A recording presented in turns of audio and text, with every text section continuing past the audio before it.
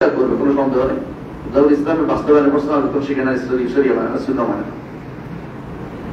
ইসলাম আসলে কেউ চিনতে পারেনি, ওরকম ব্যক্তিমত হয়ে গেছে ইসলাম। ভারতবর্ষের সব ব্যক্তি হাতি দেখতে গেছিল, অন্ধ, 7 অন্ধ। একজনে পায়ের হাত দিয়ে বলছে যে হাতি এসে খাম্বার অন্ধ, আরেকজনে কানে হাত দিয়ে বলছে কুলের অন্ধ। 7 জনের 7 রকম হয়েছে। আমাদের ইসলাম শরীফ বলছিলাম কেউ পড়ে নাই, যে দেখতে চায়। দয়া করে ইসলামকে শিখার চেষ্টা করুন। ইসলাম সব দিক থেকে পরিপূর্ণ, সব দিক থেকে পরিপূর্ণ। ইসলামের বাইরের কোনো কিছু আনার সুযোগ নেই। আমি 2টা জিনিস নিয়ে অনেকদিন চিন্তা করছি। একটা হচ্ছে আল্লাহ তাআলা বলছেন আকমালতু লাকুম দীনাকুম, দ্বীনকে পূর্ণ করে দিয়েছেন। আবার বলছেন আতমামতু আলাইকুম নিয়ামাতি। 2টা কেন বললেন? 2টা কেন বললেন? এই নিয়ে অনেকদিন চিন্তা করে যেটুকু পেয়েছি আলোচনা বক্তব্য নিজের থেকে কিছু বলছি না। আল্লাহ তো পূর্ণ করে দিয়েছেন, আপনার কাছে কি নিয়ামত পূর্ণতা থাকবে কি থাকবে না? আপনি যদি চলতে চান আপনার জন্য আল্লাহ নিয়ামত পাবেন। শুধু যদি শরীয়ত নেন আপনি নিয়ামত হিসেবে থাকতে পারবেন। আর যদি আপনি আল্লাহর সহিত পূর্ণই থাকেন, আল্লাহর দ্বীন পূর্ণ, আপনি নিলেন না, আপনি আল্লাহ নিয়ামত থেকে দূরে সরে গেলেন। আল্লাহর নিয়ামত থেকে আপনি ভোগ করতে পারলেন না। শরীয়ত যারা তাকুল পরিপূর্ণভাবে নিবে না, আল্লাহর বিধানকে যারা পরিপূর্ণ বাস্তবায়ন করতে চাইবে না সব জায়গাতে, এরা আল্লাহর নিয়ামতে থাকতে পারবে না। এদের মধ্যে সমস্যা হবেই হবে। দুনিয়ার জীবনে এদের জন্য অপমান থাকবে। কিয়ামতের দিন তাদেরকে কঠিন আযাবের দিকে নিক্ষেপ করা হবে। আল্লাহ তোমরা যা করো তা বেখবর নন, তিনি জানেন সবকিছু কি করে। প্রত্যেকটা কাজ আমি কি করতেছি তাহলে এটা থাকবে, জানা থাকতো যদি আমাদের নেতাদের, আমাদের প্রত্যেকটি মানুষের, আমি যা করি আল্লাহ দেখছেন, তাহলে অন্যায়গুলির মুখ দিয়ে সাহস করে কথা বলা স্বাভাবিক। কুফরি কালামগুলি সাহস দিয়ে বলতে নেই, কুফরি কালাম বলতে সব তা বলে, বেশিরভাগ সময় কুফরি কালাম বলে না। মনে একটা ইসলাম, ইসলামী রাষ্ট্রের কাঠামো, আমি কয়েকটা কথা বলবো। ইসলামী রাষ্ট্রের কাঠামো নির্ধারিত, কাঠামোটা নির্ধারিত, ভিতরে কিছু ইসলামী জায়গা আছে। বলতে পারেন কি কি জিনিস ইসলামী রাষ্ট্র একটা আকীদা ভিত্তিক রাষ্ট্র। যে ব্যক্তি আকীদা পড়বে না তার ইসলামী রাষ্ট্র বাস্তবায়ন করে মানে হয় না। একজন মানুষ আকীদাই মানে না, সে তো মানে যে কোনো একটা ইসলাম মানে নিবে, যে কোনো একটা ইসলাম বলে চালিয়ে দিবে সে। ইসলাম, ইসলামী রাষ্ট্র হচ্ছে একটা আকীদা ভিত্তিক রাষ্ট্র। 1 নম্বর আকীদা ভিত্তিক রাষ্ট্র। এখানে এক আল্লাহর সভরেন্টি, এক আল্লাহর সভরেন্টি, জনগণের সর্বক্ষমতার উৎস না, সংসদই না, সভরেন্টি এক আল্লাহ। এটা হচ্ছে আকীদা ভিত্তিক রাষ্ট্র, প্রথম আকীদা। এবং এক আল্লাহ। আর দ্বিতীয় আকীদা হচ্ছে মুহাম্মদ রাসূলুল্লাহ সাল্লাল্লাহু আলাইহি ওয়াসাল্লাম আদর্শ মোতাবেক হতে হবে। এবং রাসূল যাদেরকে আদর্শ বলে গেছেন তাদের আদর্শ মোতাবেক হতে হবে। এইটুকু আকীদা আপনার রাখতেই হবে। মনে করতে পারে শিখতে তো হবে আদর্শটা কি ছিল। রাসূলুল্লাহ সাল্লাল্লাহু আলাইহি ওয়াসাল্লাম যে আদর্শ, কোরআনে কারীম যে আদর্শ বলেছে, এটা শিখতে হবে আমাদেরকে। আকীদা ভিত্তিক 1 নম্বর কাজ, 1 নম্বর বৈশিষ্ট্য। দ্বিতীয় বৈশিষ্ট্য হচ্ছে ইসলাম শরিয়া ভিত্তিক, শরীয়তের উপর নির্ভর করবে। আল্লাহ তাআলা তার নবীকে বলেছেন তুমা জাআলনাকা আলা শারিয়াতিন মিনাল আমর, আপনাকে আমরা অতঃপর শরীয়তের উপর রেখেছি। আল্লাহ নবীকে প্রতিষ্ঠিত করেছে শরীয়তের উপর। শরীয়ত থেকে সরে যায় তো নবীর তরিকা আর নাই, নবীর পদ্ধতিতে নাই। নবীর পদ্ধতিতে না থাকলে ঈমান থাকবে, ঈমানদার থাকে না, ঈমানদার থাকে না। এই কথাটা আমাদের ছোট বাচ্চাদেরকে বুঝাতে হবে। প্রত্যেকটি ছোট বাচ্চা একেবারে ক্লাস 1 থেকে শুরু করে সর্বোচ্চ পর্যন্ত এটা মাথা রাখতে হবে, এরপরে করতে হবে। এর থেকে যেদিন থেকে মানুষের থেকে দূরে সরে সেদিন থেকে ফেতনা হয়েছে, যেদিন থেকে দর্শনের জয় জয়কার হয়েছে, কালাম শাস্ত্রের জয় জয়কার হয়েছে, সেদিন থেকে আমরা আমাদের লোকদেরকে ইসলামের উপর রাখতে পারছি না। তারা ওইটাকে বাধা দিচ্ছে, কারণ ইস্তেহসান, তার আকল ভালো লাগতেছে, এটাকে মজা লাগতেছে, এটাকে। কারণ হারামের অনেকের কাছে হারামটা দুনিয়া দেখতে কিছুই কেনা সুআমালি, তাদের আমলটাকে সুন্দর সুশোভিত করে দেখানো হয়েছে, তাদের কাছে এটা ভালো লাগতেছে। কতজন পাক্কা ইমানদার আছে তাদের কাছে খারাপ লাগবে হারাম। এই জন্য তো সমস্যাটা হচ্ছে। দ্বিতীয় যে বৈশিষ্ট্য এটা হচ্ছে কি শরিয়া ভিত্তিক, প্রত্যেকটা কাজ শরিয়ার উপর নির্ভর করবে। 3 নম্বর এটার সাথে জড়িত বিচার, শরিয়া বিচার থাকে। বিচারটা শরিয়া হবে, শরিয়া মোতাবেক হবে। এখন এই যদি থাকতো আমার দেশে, কোন নারী কি সাহস করে বলতে পারতো যে যারা প্রস্টিটিউট তাদেরকে কর্মীর মর্যাদাতে বলতে পারে কেউ? আমাদের মূল সমস্যা কোথায় আছে? আমরা এইটুকু পড়াইও নাই, পড়িও নাই। মুসলিমের কিছু ছোট ছোট বই পড়ছি, এখন আমি ইসলাম কায়েম করে ফেলবো। ইসলাম অনেক গভীর জায়গা। এখানে আপনি যারা এখানে কথা বলবে, যে কোনো মানুষের কথা বলতে পারে না, সবাই বলে ইসলাম ঠিক হতে পারে। ইসলাম সকলে তার জ্ঞান কম। ইসলামিক হওয়া আর ইসলাম সব ইসলামিক স্কলার হওয়া এক কথা না। ইসলামিক হওয়া ইসলামিক স্কলার এক কথা না। কথা বুঝতে পারছি? একজন মানুষ যদি কোনো মসজিদে বা মন্দিরে গিয়ে বলে আমরা সবার আগে দেশের, সবার আগে দেশ, তো তার আগে কেউ নাই, আপনি কি বুঝবেন? এটা ইসলাম বুঝে নেই। ইসলামিক হলে ইসলাম বুঝে নেই। সবার আগে আমার ইসলাম সত্য, এর কোনো সন্দেহ আছে? এটুকু তো কেউ বলতে সাহস করতেছে না এখন। এটা বলে হয়তো অনেকের ভোট ব্যাংক কমে যাবে, ফাটাল করবে, সাহস করে কথা বললে মানুষের খারাপ বলবে, বিদেশিরা খারাপ বলবে, অনেকে সাহস করে বলতে চাচ্ছেন না। ইসলাম অবশ্যই দ্বিতীয় বৈশিষ্ট্য হচ্ছে শরিয়া ভিত্তিক, এবং এর রয়েছে অনন্য বিচার ব্যবস্থা। এখানে পরিবর্তন করার সুযোগ নাই। বিচার ব্যবস্থার মৌলিক নীতি মেনে চলতে হবে। 3 নম্বর, ইসলামে নেতৃত্ব মেনে চলতে হয়, নেতৃত্ব তৈরি করতে হয়। দুটাই আছে। নেতা নির্বাচন করতে হয়। মুহাম্মদ রাসূলুল্লাহ সাল্লাল্লাহু আলাইহি ওয়াসাল্লাম এর সাহাবীরা রাসূলুল্লাহ সাল্লাল্লাহু আলাইহি ওয়াসাল্লামকে কবর দেওয়ার আগে নেতা বানাইছে। কি বুঝাইলেন? যে সাহাবারা বুঝাইলেন যে নেতা ছাড়া রাষ্ট্র চলে না, এবং সেই নেতা বানাইতে হবে সিদ্ধ পদ্ধতি। তিনি বলে দিচ্ছেন নেতৃত্ব থাকতে হবে, একটা নেতৃত্ব থাকতে হবে। 4 নম্বর, আইন প্রণয়ন যদি লাগে, আইন প্রণয়ন করা যাইতে পারে, তবে যেগুলি স্থায়ী জায়গাতে কোনো আইন প্রণয়ন চলবে না। স্থায়ীগুলি আইন আছেই, আইনগুলি শুধু লেখা রাখে। অস্থায়ী যদি কোনো কিছু হয়, সেগুলি ইসলাম অনুমোদিত, তবে স্থায়ীর সাথে কন্ট্রাডিক্টরি হতে পারবে না, স্থায়ী নীতিগুলির সাথে কন্ট্রাডিক্টরি হতে পারবে না। বুঝাতে পারছে? যারা আপনাকে ট্রাফিক আইন করতে পারবেন, কিন্তু ট্রাফিক আইন যদি কোনো কিছু তার ইসলাম বিরোধী হচ্ছে, এটা করতে পারবেন। কিন্তু আপনি মুসলিম পারিবারিক আইনে এমন কথা ঢুকাতে পারবেন না যে নারীর যদি তালাক দেওয়া হয়, তা আপনার সম্পদের অর্ধেক নারী দিয়ে দিতে হবে। আপনি কি ওটা ভালো হয়েছে? কি জন্য দিবেন? এই আইন আপনি করতে পারেন না, কারণ আপনি স্বভাবতে হাত দিচ্ছেন, স্থায়ী জায়গায় হাত দিচ্ছেন, অপরিবর্তনীয় জায়গায় হাত দিচ্ছেন, দিতে পারেন না। তো এখানে আমাদের এই জায়গাটা ইসলামের অনুমোদন করে নাই যে আপনি যেখানে স্থায়ী মূল্যতে হাত দিবেন। আপনার চেয়ে আল্লাহ বেশি বুঝেন। আলা ইয়া রহমান খালাকা ওয়া হুয়াল লাতীফুল খাবীর। যিনি সৃষ্টি করেছেন তিনি ভালো জানেন কোন আইন দিয়ে মানুষকে শাসন করতে হবে। হ্যাঁ, মানুষের জন্য তিনি কিছু অ্যাক্সেস রেখে দিয়েছেন, শরীয়ত বিরোধী হবে না, কিন্তু চলার জন্য কত ফুট রাস্তা হবে মানা করবে না, কত ফুট রাস্তা হবে। আপনি স্যাটেলাইট কোন জায়গায় বসাবেন এই নিয়ে ইসলাম মাথা ব্যথা করে না। হ্যাঁ, আপনার রাস্তার কোথায় আপনি কি বড় ধরনের মার্কিং পার্ক ব্যবস্থা করবেন, এটা তো শরীয়ত বলে না, নিষেধ করে নাই, কিন্তু আপনাকে কিছু নীতি মেনে চলতে হবে। এই নীতিগুলি আপনার মানা ফরজ। এগুলি নীতি স্থায়ী নীতি আপনাকে মেনে চলতে হবে। আর রাষ্ট্রীয় নীতি যদি কোনো শরীয়ত বিরোধী নীতি আপনাকে মানি চলতে হবে। 5 নম্বর হচ্ছে 4 নম্বর, তার সুরা ব্যবস্থা থাকবে। সুরা ব্যবস্থা পরামর্শ সভা থাকবে, এটা আলোচনা করবো ইনশাআল্লাহ। 5 নম্বর হচ্ছে মানবাধিকার থাকবে। ইসলাম মানবাধিকারের কথা বলে, কিন্তু মানবাধিকার কি জিনিস এটা বুঝতে হবে। মনে যা চায় তা মানবাধিকার না, আপনার কথা বলার অধিকার। তাই বলে আপনি আরেকজনের বিরুদ্ধে দেওয়ার অধিকার দেওয়া হয়নি। অথবা মিম্বরে উঠে রাষ্ট্র সরকারের বিরুদ্ধে অযাচিত হামলা করতে বলা হয়নি। আপনাকে শরিয়া মানবাধিকার অর্থ মানবাধিকার ওইটার না, একটা ছোট আমাদের একজনকে বুঝেছি এটা, যেটা মানবাধিকার মূল জিনিস হচ্ছে একজনের কথা বলবে টুপি ছিঁড়ে ধরে রয়েছে, তো বলে দেবে ছোট বাচ্চার কথা টুপি ছিঁড়ে ধরে কথা না বলতে পারবে। এইটা হচ্ছে মানবাধিকার। মানবাধিকার ওইটা না, আপনি যেটা চিন্তা করে গবেষণা করে মনের ভিতরে আসেন ছেড়ে দিলেন, এটা মানবাধিকার বিষয় না। এটা দেখতে হবে আগে শরীয়তের সাথে মিলে কিনা, তারপর এটা মানবাধিকার হবে। কথা বুঝছেন কিনা? তারপর অধিকার হবে, মানবাধিকার না। মানবাধিকার হচ্ছে যেটা মানুষ জন্মসূত্রে লাভ করে, জন্মসূত্রে লাভ করে। আপনার শরীর নিয়ে জন্মসূত্রে আসেন, এখন কেউ বলে হাতের টাকে ঢেলে দিতে হবে, এটা তো মানবাধিকার লাগবে।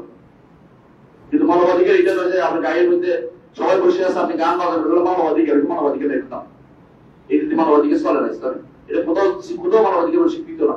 কিন্তু ইসলাম মানবাধিকার দিয়েছে যে একজন রাসূলুল্লাহ সাল্লাল্লাহু আলাইহি ওয়াসাল্লামের সাহাবী মুহাম্মদ বলছেন, মাতা তাহাব্বাতুমুন নাস ওয়াকাদ ওয়ালাদতুমুল উম্মাহাতুকুম আহরারা।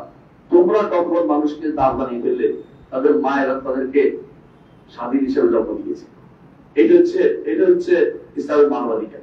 একজন মানুষ যদি দাস হিসেবে যুদ্ধের ময়দান না পাওয়া যায় তখন দাস বানানো যায় না, কারোর উপর জুলুম করা যায় না, জোর করে তার অধিকার হরণ করা যায় না, তার থাকার অধিকার আছে, তার বাঁচার অধিকার আছে, তাকে এইভাবে কষ্ট করে জেলে ফেলে 20 বছর পর্যন্ত এরপরে প্রমাণিত হবে সে তো নির্দোষ ছিল।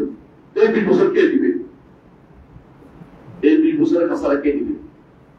তার তো বাইরের বাতাস নেওয়ার অধিকার ছিল, নিঃশ্বাস নেওয়ার অধিকার ছিল, বন্ধ করেছে। এটা তো মানব অধিকার। ইসলাম এটাকে সম্পূর্ণরূপে এটার অধিকারটা মানুষকে দিয়েছে। ইসলাম দিয়েছে 6 নম্বর হচ্ছে অমুসলিমদের অধিকার। অমুসলিমরা কয় প্রকার? 3 প্রকার, তাই না? একটা মুহারিব, যুদ্ধে যারা, এদের সাথে যুদ্ধ, এদের সাথে কোনো আমাদের কোনো কর্মকাণ্ড নেই, এটা রাষ্ট্রীয় ভাবে যুদ্ধ চলবে, যুদ্ধ করতে হবে। দ্বিতীয় হলো মুসালেম। মুসালেম তারা আমাদের দেশে বাইরে থেকে আসছে, কি জন্য আসছে? ব্যবসা করতে, অবহেলাতে আসছে, ওদেরকে রক্ষা করার দায়িত্ব আমাদের রয়েছে। তৃতীয় হচ্ছে এই দেশেরই মানুষ, তারা বিভিন্ন থাকে কিন্তু মুসলিম না, তাদের অধিকার আছে চলাফেরা, তাদেরকে সে অধিকার দিতে হবে। আমাদের আইনের উপরে তাদের আইন প্রাধান্য পাবে না। আমাদের সাথে ঝগড়া হলে আমাদের আইন বিচার হবে, ওদের নিজেদের মধ্যে ঝগড়া হলে ওদের আইন বিচার, কিন্তু আমাদের মধ্যে আমাদের সাথে ঝগড়া হলে আমাদের আইন।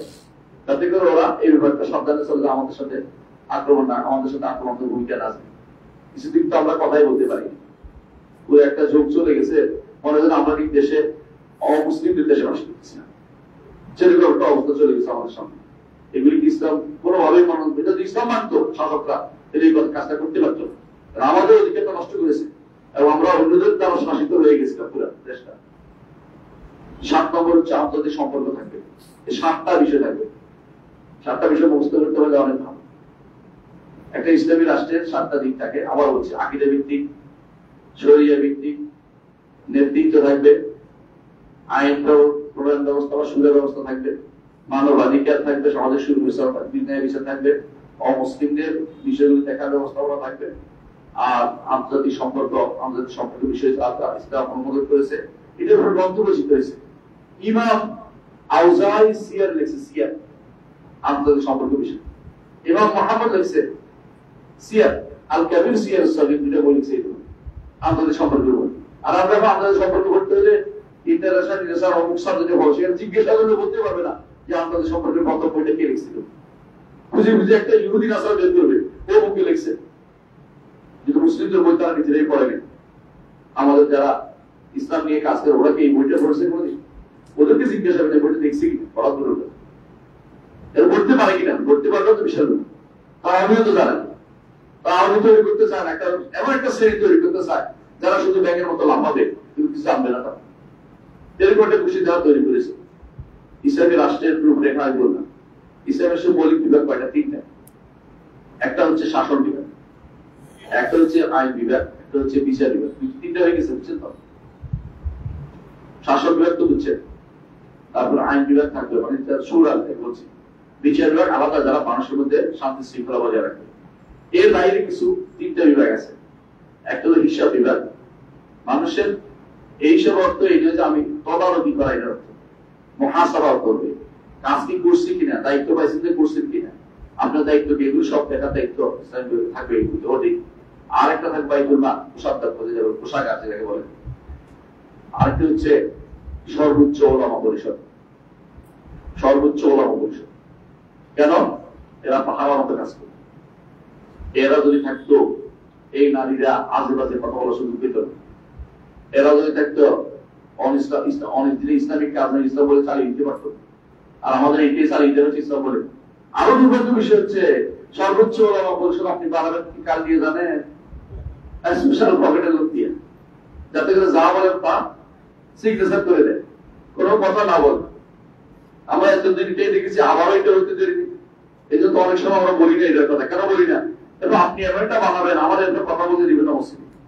আফগানিস্তানে এখন তার হচ্ছে, ভালো করে আপনারা বিস্তারিত না বুঝতে পারছেন। আপনার সর্বোচ্চ ওলামা পরিষদ দরকার ছিল, তারা ছিল তারাও জ্ঞানে, কুড়িতে, এলমে, সব দিক থেকে পূর্ণ। এখন যত বড় ফাঁকা আওয়াজ তত বড় আল্লাহ। নাটক করতে হলে আল্লাহ, নাটক করতে করতে আলেম হয়ে যাচ্ছে, বুঝলেন? আল্লামায় নাটক। আবার কেউ গান গাইতে গাইতে আল্লাহ, গান গাইতে গাইতে আল্লাহ হয়ে গেছে।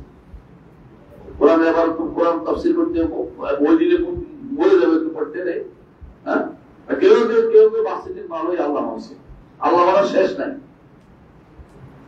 দিন পড়ার ও বোঝায় লেগে থাকতে হবে। দিন এমন এক জিনিস, আপনি যদি 2 মাস না পড়েন বুঝে দেবেন। দিন প্রতি রাতে আমার পড়ার বিষয়, প্রতিদিন পড়ার বিষয়। দিন এমন নয় যে আমি হয়ে গেছি আর কিছু লাগবে না। যে ব্যক্তিটা মনে করে সে বলা যায় আজ হারুন নাস, এরকম মানুষ বিরুদ্ধে যারা আজ অহংকার করতেছে আমি এটা করছি ওইটা করছি, তাদেরকে জিজ্ঞাসা করা দরকার আসলে কি করছেন বুঝা যায় আপনার কর্মকাণ্ডে। বুখারী বয়স 40 বছর ধরে তাহলে ঠিক করতে পারে নাই, বুঝলেন না? বুখারী বয়স 40 বছর ধরে সালাতটা আমাদের শুদ্ধ হয়নি। সালাত পড়ে কি আপনি এখানে জিজ্ঞাসা করতে কিন্তু হয়নি বুখারী আপনি কি জন্য পড়ছেন, দেখানো যে বুখারী পড়া আপনি বুখারীর উত্তর বুখারী যা বলছে তা মানে না, বুখারী পড়েন কি দেখে আপনারা পড়েন পড়ে যে বাইরে কি আছে এই জন্য তারা মনে করে যে বুখারী কেন পড়বো, এটা বুখারী পড়ে বুখারী লাভ করার জন্য। যখন একটা হাদিসের রোল আমাদের ইমাম এটা বলেন নাই, আমাদের অমুক এটা বলেন নাই, এটা অমুক ব্যাখ্যা হইতে পারে, এটা এখন চলতে পারে না, এরকম কথাবার্তা চলে যাবে। কারণ তারা দিন শিক্ষার জন্য আলেম, মানে দিনকে নিজের মন মতো করার জন্য আলেম হয়েছে, দিনকে বাস্তবায়ন করার জন্য আলেম, মানে দিনকে নিজের মন মতো বাস্তবায়ন করার জন্য আলেম হয়েছে। দিনকে কামাহু যেভাবে দিন আছে এইভাবে শিক্ষার চিন্তা তারা করে না।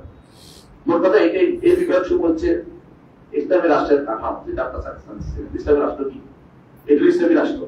ইসলামী রাষ্ট্র জন্য কি দরকার, তাহলে প্রথমে দরকার একজন রাষ্ট্রপ্রধান, তাই না?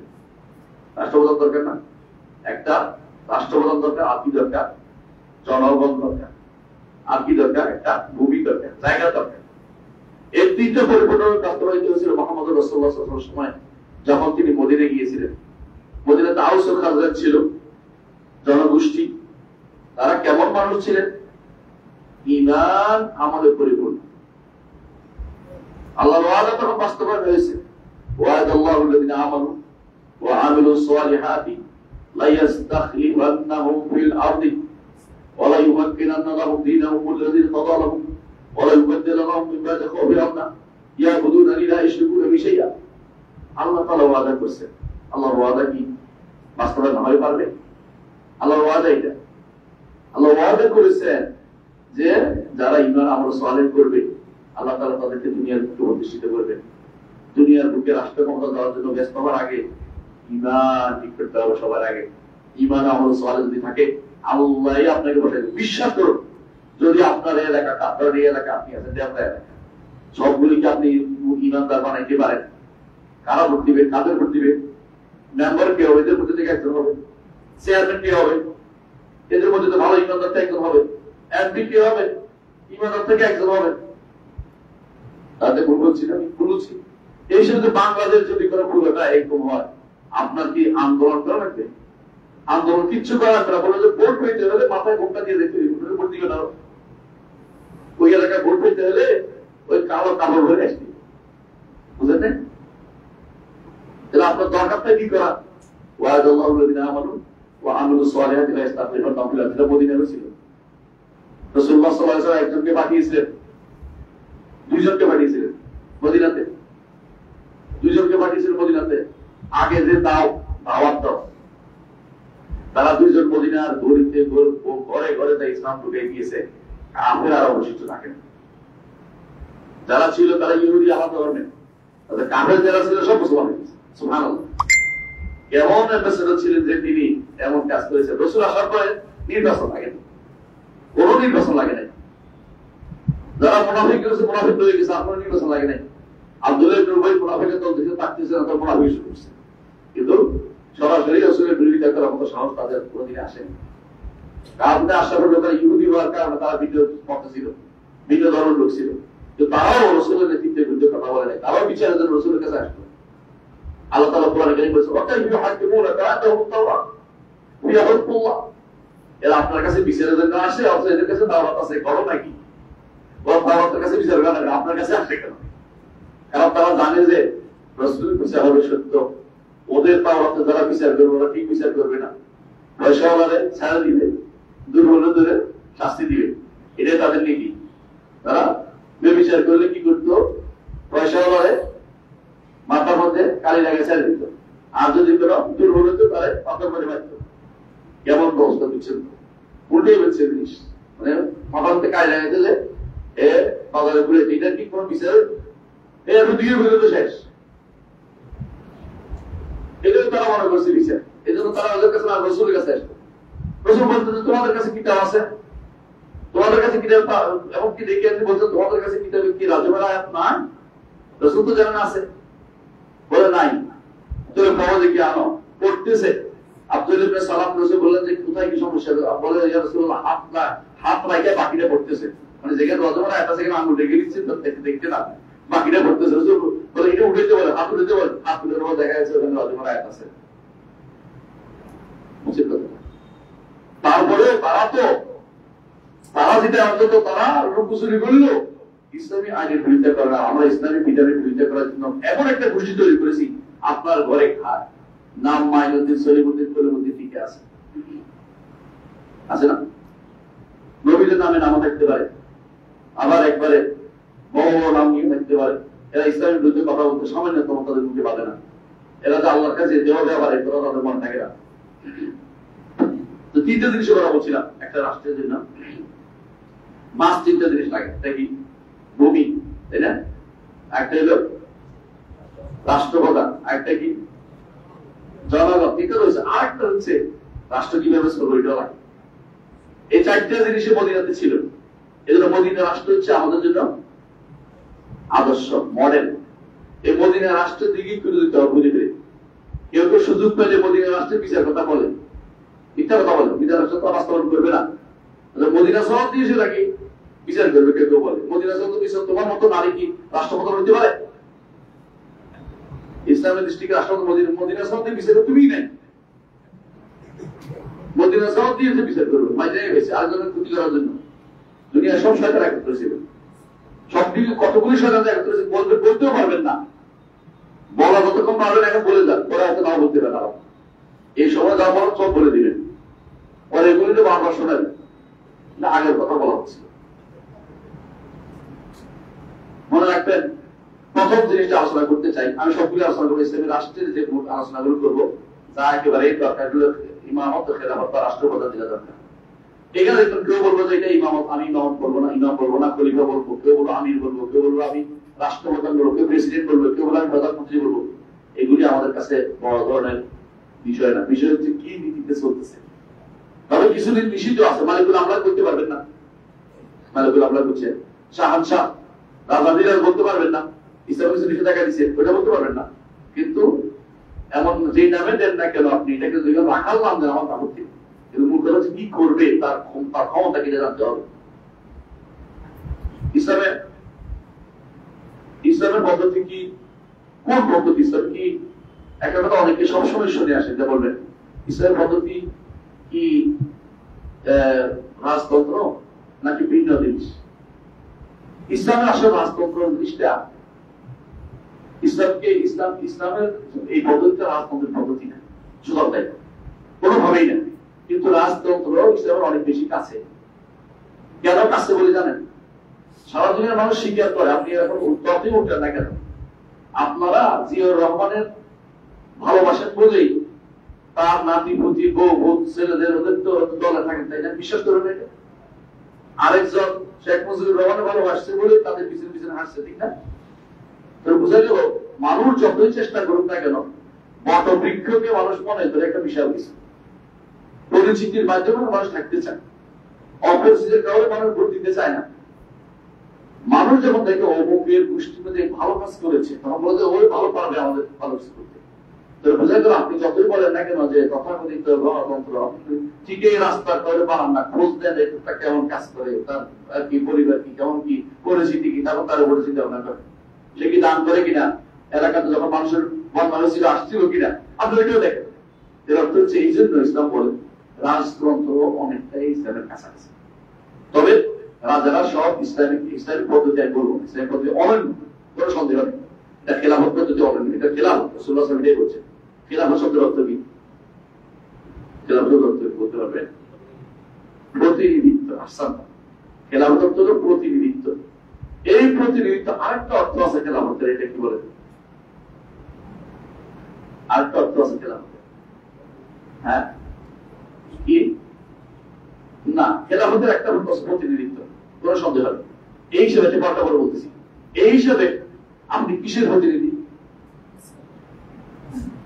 আপনি একটা হচ্ছে উত্তরাধিকার, খেলাফত খলিফা, আপনি একজন চলে গেছে আরেকজন স্থান দিচ্ছে, আর প্রতিনিধি হচ্ছে আগের পক্ষ থেকে আপনি দায়িত্ব আদায় করতেছেন। যখন আপনি খলিফা হবেন অর্থ হচ্ছে আপনি আল্লাহর বিধান প্রবর্তনে আপনি এই কাজটা করে যাবেন, আপনার দায়িত্ব প্রাপ্ত হচ্ছে, দায়িত্ব প্রাপ্ত। আর যখন আরেকটা খলিফা অর্থ হচ্ছে একজন নাই, একজন তার স্থলাভিষিক্ত হয়েছে। স্থলাভিষিক্ত হওয়ার অর্থে কিন্তু আমরা খলিফা বানাই না, কারণ স্থলাভিষিক্ত আল্লাহর কোন স্থলাভিষিক্ত হয়েছে নাই, আমার প্রতিনিধি বানাই আল্লাহর বিধানকে বাস্তবায়ন করার জন্য তার কাজ বুঝে আসছে কথা। এখন একজন আরেকজনকে দেখার ভিত্তিতে আপনার যখন বাসা থেকে চলে যান, সফরে যান, তখন কি বলেন? আল্লাহুম্মা আনতাস সাহিবু বিস-সাফর ওয়াল খলিফাতু ফিল আহলি ওয়াল মাল। আল্লাহ আমি চলে গেলেও আপনি আমার পরিবারকে দেখে শুনে আল্লাহ দেখবি না, দেখার দায়িত্ব, বুঝলেন না? এইটা হচ্ছে তাদের দায়িত্ব। এই হিসেবে তারা দেখারও দায়িত্ব রয়েছে, উম্মতের তাদের অধীন যতগুলি মানুষদেরকে দেখার দায়িত্ব তাদের রয়েছে। এই হিসেবে তারা কি খলিফা, বুঝছেন কথা? দেখার দায়িত্ব হিসেবে, রাখার হিসেবে, কুল্লুকুম রাইন ওয়া কুল্লুকুম মাসউলুন আন রাইয়াতিহি, এই হিসেবে তাদের কাজ। এই খিলাফত প্রতিষ্ঠা করা এবার এই ইমামত প্রতিষ্ঠা করা, এটা হচ্ছে ফরজে আইন, ফরজে কিফায়া, এটা হচ্ছে ফরজে কিফায়া, নাহলে সবাই গুনাহগার হবে। এটা ইজমাই মাসালা। তবে এইটাকে খিলাফত বলেন আর ইমারত বলেন, এটা হচ্ছে আপনাদের মতামত। খলিফা হওয়াই নিয়ম, মুসলিম বিশ্বের একজন খলিফা হবে, এটাই নিয়ম। ভিন্ন ভিন্ন অবস্থা কখন হয়? যখন এটা হওয়া সম্ভব হয় না তখন। এখন যেমন আমাদের এখনকার অবস্থা বিরাজ করছে, যে অবস্থাটা কখনো প্রশংসার জিনিস না, আর এটা হওয়া এখন প্রায় অনেক দুর্লভ ভাবে দাঁড়িয়েছে যে সবাই মিলে একজনকে খলিফা বানাবে। কারণ বাংলাদেশি বললো যে আমি আমার এলাকার লোক চাই কি করবে, পাকিস্তানি বললো যে আমার এলাকার লোক খলিফা হবে, হ্যাঁ, ইন্দোনেশিয়া বললো যে আমরা সবচেয়ে বড় রাষ্ট্র বিশ্বের মধ্যে, জায়গার দিক থেকে মানুষের দিক থেকে না হইলো আমাদের দেশে খলিফা হবে। আর ওরা বললো যে অসম্ভব, ওরা তো ইসলামে জানে না, ওরা কিসের খলিফা হইবে। আর তুরস্ক বলো আমরা লিড দিচ্ছি সারা বিশ্বকে, আমরাই খলিফা হবো। এই ব্যাপারে কেউ কিন্তু শান্তি হবে না। খেলাফত আন্দোলন করলে খেলাফত পাওয়া যায় না, এটা পুরো ভুয়া না। খেলাফতের জন্য মূল কাজ হচ্ছে ইসলাম দিয়ে মানুষকে বুঝান, জাতীয়তাবাদ ছাড়েন, একজন যোগ্য ব্যক্তিকে মানেন। এই মাথা যেদিন আসবে সেদিন আপনার বাঙালি বলবে না যে বাঙালি হইতে জরুরি না, পাকিস্তানি বলবে পাকিস্তানি হওয়া জরুরি না, আরবি বলবে যে না আরবিয়ান হওয়া জরুরি না। যদি ফরাসি হতে এমনি খেলাফতের শর্ত, খলিফা হওয়া শর্ত, সেই হিসাবে যদি কোনো আরবি না হয়, খলিফা আরবি ফরাসি হয়ে যায়, অর্থাৎ ফরাসি হয়, সেদিন আরবি ভাষী কারণ না শিখবে তখন কোনো অসুবিধা আসে না। কিন্তু সাধারণত আরবি সত্যিকার যারা ফরাসি তারা আরবি ভাষা থেকে ছাড়িয়ে আসে। আমাদের দেশে অনেক ফরাসি আছে, হ্যাঁ, ভারতে আছে অনেক ফরাসি, বা আমরাও করে দেখি মুসলমান দেশে নামও বলে ফরাসি, প্রত্যেক ফরাসি নাম দিলে না অধিকাংশ অনেক কিন্তু ফরাসির অভাব নাই, মিথ্যা থাকে। বাংলাদেশে অনেক আছে পীর সৈয়দ, সৈয়দ কি যে বাবার নাম সৈয়দ আলী ছিল, সৈয়দ দিছে, সৈয়দ আলী কুকুর থেকে মান দত্ত হবে আমারও লাম ইউসলামিন আসাবো, যারা আমল তাকে দূরে সরিয়ে দিবে, ইসলাম তাকে তার নসব বংশ তাকে আগিয়ে দিবে না। সুতরাং ইসলাম শুধু এক জায়গায় রেখেছে। কুরাইশকে কেন মানতে বলেছে? একটাই কারণ, কেন? আন্নাসু তাবুল কুরাইশ বাররুহুম লিবাররিহিম ফাজিরুহুম লিফাজিরিহিম। রাসূলুল্লাহ সাল্লাল্লাহু আলাইহি ওয়াসাল্লাম বলেছেন মানুষ কুরাইশের অনুসারী থাকবে কিয়ামত পর্যন্ত। এই আমল এটার মধ্যে, কারণ নেককার অনুসরণ করে, বদকার অনুসরণ করে। চোখে দেখে রাসূলুল্লাহ সাল্লাল্লাহু আলাইহি ওয়াসাল্লাম কুরাইশি, নেককার অনুসরণ করছে, আর আবু জাহেল কুরাইশি, বদকার সব আবু জাহেল অনুসরণ করছে। বুঝছো তো? মানে নেকের বদল উভয় দিক থেকে কুরাইশিদেরকে সবাই দুনিয়া মেনে নিয়েছে, এখনো সেটা মানবে, এটা স্পষ্ট। এই জন্য রাসূল তাদেরকে বলেছেন যে এখনো আমরা যে কুরাইশি দেখি মনে করি যে এদের যোগ্যতা বেশি, মা ভালো তো মানুষ মনে করে এটা, কারণ এলেম সব কিছু ভালো থাকে, এলেম না থাকলে কুরাইশি দিয়ে কাজ হবে না। অনেকে আসে 36 নম্বর ফ্রিমেশনে যুক্ত আছে, আবার রাষ্ট্রপ্রধানও আছে, আবার বাড়ি করে আমি হাসেনি, কারণ না বলবো না, বুঝে দিতে পারলে বুঝে না থাকে। এরকম ফ্রিমেশনের মধ্যে যুক্ত 36 বুঝে একটা ধাপ আছে ফ্রিমেশন। ফ্রিমেশন জিনিসটা শিখতে পারলে জানতে পারলে অনেক লম্বা জিনিসটা বলতে পারবো না এক সময়। মনে রাখবেন রাষ্ট্রপ্রধান নির্বাচন করতে হবে, এটা হুকুম আইন আছে। রাষ্ট্রপ্রধান যদি সমাজ খেলাফত প্রতিষ্ঠা না হয়, রাষ্ট্রপ্রধান নির্বাচন করতে হবে। আল্লাহ তাআলা বলেছেন ইয়া আইয়ুহাল্লাযীনা আমানু আতিউল্লাহ ওয়া আতিউর রাসূলা ওয়া উলিল আমরি মিনকুম। উলিল আমরি মিনকুম, উলিল আমর লাগবে। আল্লাহ হচ্ছে আনুগত্য করতে, উলিল আমর না থেকে আনুগত্য কার করবেন? রাষ্ট্রপ্রধান থাকবে। দ্বিতীয়ত আল্লাহ বলছেন ফাহকুম বাইনাহুম বিমা আনজালাল্লাহু ওয়া লা তাত্তাবি'উ আহওয়া'হুম, তাদের মধ্যে বিচার করুন আল্লাহ তাআলা নাযিল করেছেন তা দিয়ে, প্রবৃত্তির অনুসরণ করবেন। বিচার কে করবে? অর্ডার কার উপর? আপনি করবেন? এই অর্ডার কার জন্য? রাষ্ট্রপ্রধানের জন্য। রাষ্ট্রপ্রধান নাই তো কিভাবে চলবে? রাষ্ট্রপ্রধান লাগবে। আল্লাহ তাআলা বলছে ওয়ানিকুম বাইনাল আনজাল্লাহ ওয়ালা তাতাবাহুম, অন্য আয়াতে বলছে তাদের মধ্যে আপনি আল্লাহর বিচার, আল্লাহর তাদের বিচার করুন। রাষ্ট্রপ্রধান লাগবে, কোনো সন্দেহ নেই। আল্লাহ তাআলা কোরআনে কারীমে সূরা হাদীদের মধ্যে বলছেন যে আনজালনা হাদীদা ফী বাসুন শাদীদুন ওয়া মানাফিউ লিন-নাস, হাদীদ নাযিল করেছে। হাদীদ আর কিছু কোরআনের কথা, অর্থাৎ কোরআন দিয়ে কিছু মানুষ শুদ্ধ হবে, কিছু মানুষ রাষ্ট্রপ্রধান দিয়ে শুদ্ধ হবে। বুঝা যাচ্ছে কথাটা? এইটার জন্য রাষ্ট্রপ্রধান লাগবেই। রাষ্ট্রপ্রধান নাই, 3 দিন ছিল না, দেশে কি হয়েছে বলেন তো? মানুষ ঘর থেকে বেরোতে পারেনি, মানুষ ঘর থেকে বেরোতে পারেন 3 দিনের অবস্থা। চিন্তা করে দেখুন, রাষ্ট্রপ্রধান লাগবেই। এই জন্য রাষ্ট্রপ্রধান ভালো হলে আমাদের ভালো না হলে আমাদের বিরুদ্ধে গেল, কিন্তু রাষ্ট্রপ্রধান লাগবে। এই জন্য রাষ্ট্রপ্রধান অবশ্যই নির্বাচন করতে হবে। কোনদিন রাষ্ট্রপ্রধান ছাড়া কোনদিন আইন বাস্তবায়ন করা সম্ভব হয় না। রাসূলুল্লাহ সাল্লাল্লাহু আলাইহি ওয়াসাল্লাম কি বলেছেন? মান মাতা ওয়া লাইসা বিহি বাইয়া মাতা বিদাতাল জাহিলিয়া, যে ব্যক্তি মরে গেছে অথচ তার কানে কি নাই, বায়াত নাই, সে তো জাহিলিয়াতে মৃত্যুবরণ করেছে। হাদিস এটা তো সবাই কাছে খুশি, অনেকে মুখস্থ হয়ে যাবে। এটা দিয়ে কি দলিল দেয়? আমিরের বায়া, সংগঠন আমিরের বায়া, সুবহানাল্লাহ।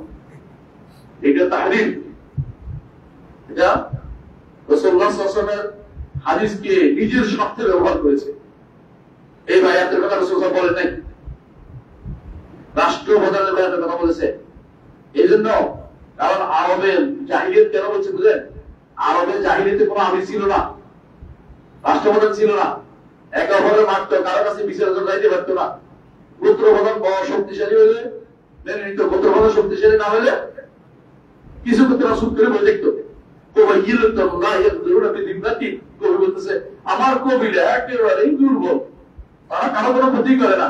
আরব রাষ্ট্রে তো ক্ষমতা থেকে তখন জোরে অনেক ভয় পায়, তো আমরা কারো কোনো ক্ষতি করি না, আমরা খুব দুর্বল মানুষ, চুপচাপ বসে থাকে।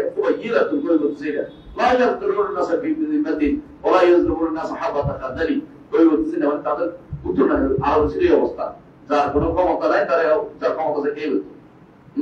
কিরকম হইতো? আপনার গোত্র যদি কোনো 2 জন মারা গেছে, আপনার গোত্র শক্তিশালী, আপনি ওদের 10 জন মারি ফেলবেন, আর ওদের 10 জন মরে গেছে, আপনি 1 জন মারেন, কারণ আপনি শক্তিশালী। এই জন্য এগুলো কেন হয়? কারণ কোন রাষ্ট্রপ্রধান নেই। এই জন্য, বুঝছেন তো? এই জন্য ওই সময় জাহিলিয়াত চলছে। রাসূল যে বলেছেন যে ব্যক্তি মারা গেল অথচ কাঁধের মধ্যে কোনো বায়াত নেই, সে ব্যক্তি জাহিলিয়াতে মৃত্যুবরণ করে। তাহলে বাস্তবে যা জাহিলিয়াতের অবস্থা ছিল, কোন রাষ্ট্রপ্রধান ছিল না। আর এখন বানাচ্ছেন এটাকে তো এনে কি বানাইছে? আমিরের বায়াত। আল্লাহকে ভয় করুন, এই সমস্ত বই অবশ্যই আপনারা পরিবর্তন করুন, যারা এগুলো লিখে রাখছে। আল্লাহকে ভয় করুন। অধিকাংশ থেকে মাশাআল্লাহ আপনারা সালাফিদের মধ্যে মধ্যে দেখি লেখে, যারা সালাফিরা লেখে তাদেরকে উচিত নতুন করে শিক্ষা গ্রহণ করা।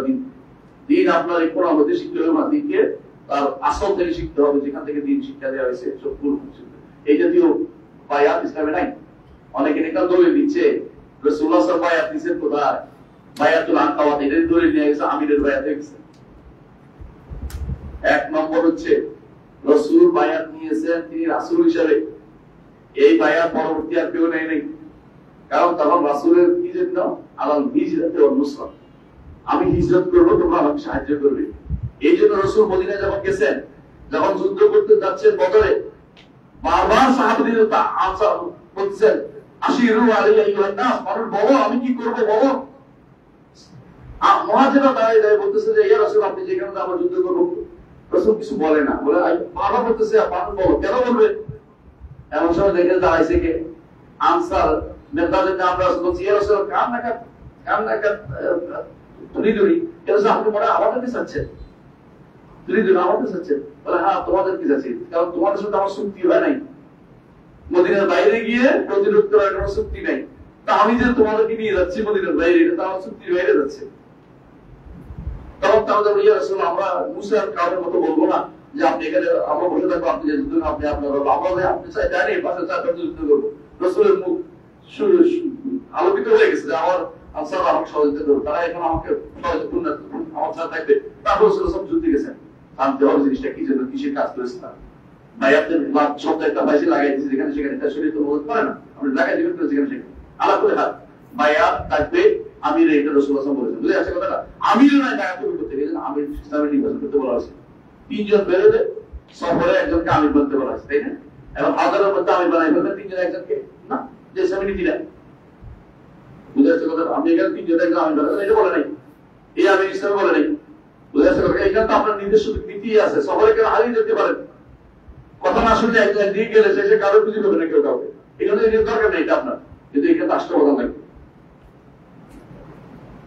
রাসূলুল্লাহ সাল্লাল্লাহু আলাইহি ওয়াসাল্লাম বলেছেন এই জন্য, আরো অনেক সকল উল্লেখ করলাম না, ইসলামে 9-10টা পয়েন্ট বলতে যে ইসলাম অবশ্যই রাষ্ট্রপ্রধান লাগবে, রাষ্ট্রপ্রধান লাগে। এর মধ্যে আবু বকর বায়াত, ওমর বায়াত, ওসমান বায়াত, এটি স্পষ্ট আমাদের কাছে। আবু রাসূলুল্লাহ সাল্লাল্লাহু আলাইহি ওয়াসাল্লাম একটা দৌলা প্রতিষ্ঠা করেছেন, একটা দৌলা প্রতিষ্ঠা করেছেন, আর সাহাবায়ে কেরামের উপরে ইজমা করেছেন যে রাষ্ট্র প্রতিষ্ঠা করতে হবে। আর যে কারণ রাষ্ট্র প্রতিষ্ঠা করতে হবে, মালাইতে ওয়াজিব বিল্লাহ বিহি ওয়াজিব, যা না করলে ওয়াজিব পূরণ করা যায় না তা করা ওয়াজিব, শরীয়তে এটা ফরজ। এবং মানুষের যে সমস্যা চলার জন্য এটা অবশ্যই দরকার। এখন আসে আমি যেটা বলতে চাচ্ছি, এটা রাষ্ট্রপ্রধান নির্বাচনের বিষয়টা, রাষ্ট্রপ্রধান বিষয়টা এটা কি ফরজ আইন না ফরজে কিফায়া?